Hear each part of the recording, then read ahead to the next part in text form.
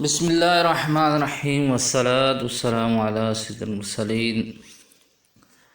سلسلہ فیضان شریعت کے ساتھ اسد محمود مدنی آپ کی خدمت میں حاضر ہے۔ آج ہم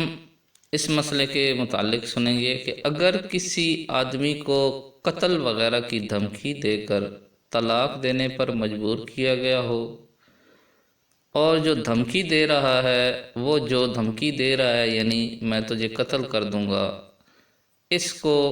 عملی جمع بھی پہنانے پر قادر ہو، یعنی وہ قتل کر سکتا ہو، اور اس نے طلاق جبراً بیوی کے شوہر سے، جس شخص کو یہ طلاق کے لیے کہہ رہا ہے اس سے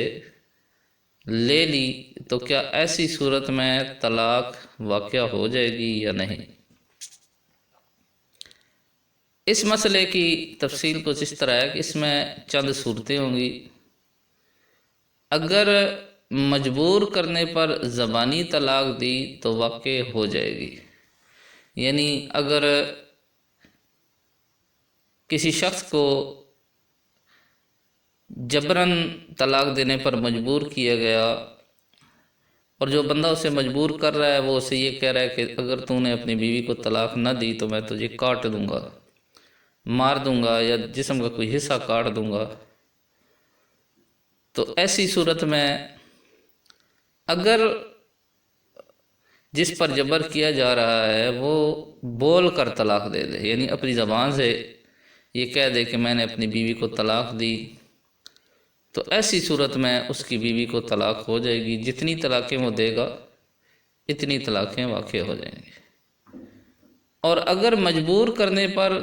تحریری طلاق دی یا طلاق کے پرچے پر دستخط کر دیے اور دل میں بھی طلاق کی نیت کر لی تو طلاق ہو گئی۔ ان دونوں صورتوں میں طلاق ہو جائے گی، یعنی تحریر کرتے وقت اگر ساتھ نیت کی کہ میں طلاق دیتا ہوں تو پھر ہو جائے گی،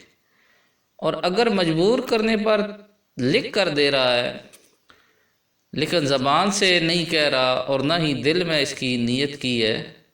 تو ایسی صورت میں طلاق نہیں ہوگی۔